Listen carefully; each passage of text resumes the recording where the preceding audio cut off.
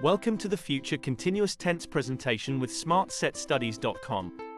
Please take your time, get your notebook out and take down notes as we guide you through this verb tense. The future continuous tense is formed by the auxiliary verb will, the bare infinitive be, which is another auxiliary verb, and the present participle of the main verb. So, the verb form is will be verbing every time. When do we use the future tense? Sure, it's a future tense, so it's about the future, but we do use it in different scenarios. We can use the future continuous to show an action has been ongoing when another shorter action will interrupt it. This will be one of two clauses, and the other clause, the shorter action, will be in present simple tense and will happen during the time of the future continuous action. See how the example has two clauses, I will be working and when you arrive. The first clause is the future continuous. Will be verbing, and this action has been going on for some time before the next clause when you arrive actually happens. Again, see how each example has two clauses with two different tenses. The future continuous clause is a longer action, and the present simple is the short action. Also notice each clause can go first, it makes no difference to the meaning. Another way to use the future continuous is to show we're certain about something. It's when we know something, and we usually use a time reference, unless the listener already knows the time. Look at the example, I will be getting promoted next week. Here, I know I'll be getting promoted next week. If I'm not sure, I might say, hopefully, I will get promoted next week. See how I had to use the future simple there, because I wasn't sure of it. Some more examples here. See how each statement we're pretty sure about. And we have included a time reference to let the listener know. We also use the future continuous to compare what is now, and how things might be in the future. This will usually be part of a two-clause sentence. And the other clause can be one of a few different tenses. These statements are a bit longer, but you can see in the now clause it's a present simple verb form, and the future comparison is future continuous. Some more examples here. See how the now clause uses different present tenses, but they're all about the present. And of course our future comparison is in the future continuous tense.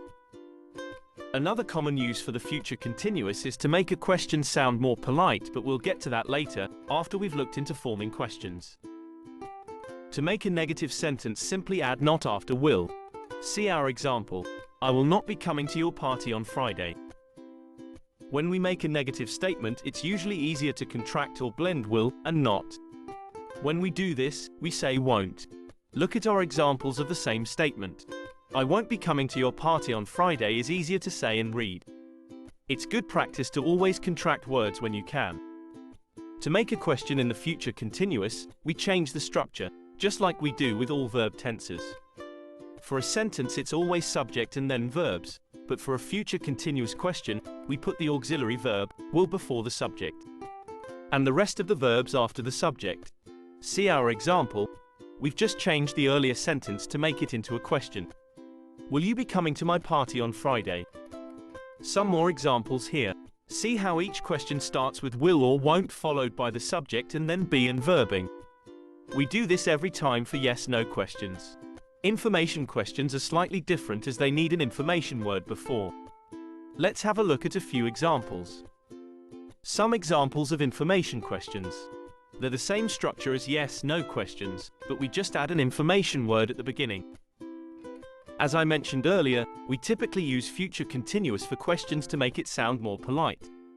Most questions can be asked in different tenses, but if you want to be polite, ask it in future continuous. Look at this example of our earlier question. Will you be coming to my party on Friday? You could also ask, are you coming to my party on Friday? Or will you come to my party on Friday? But as I'm sure you'll agree, will you be coming to my party sounds more polite. Some more examples here.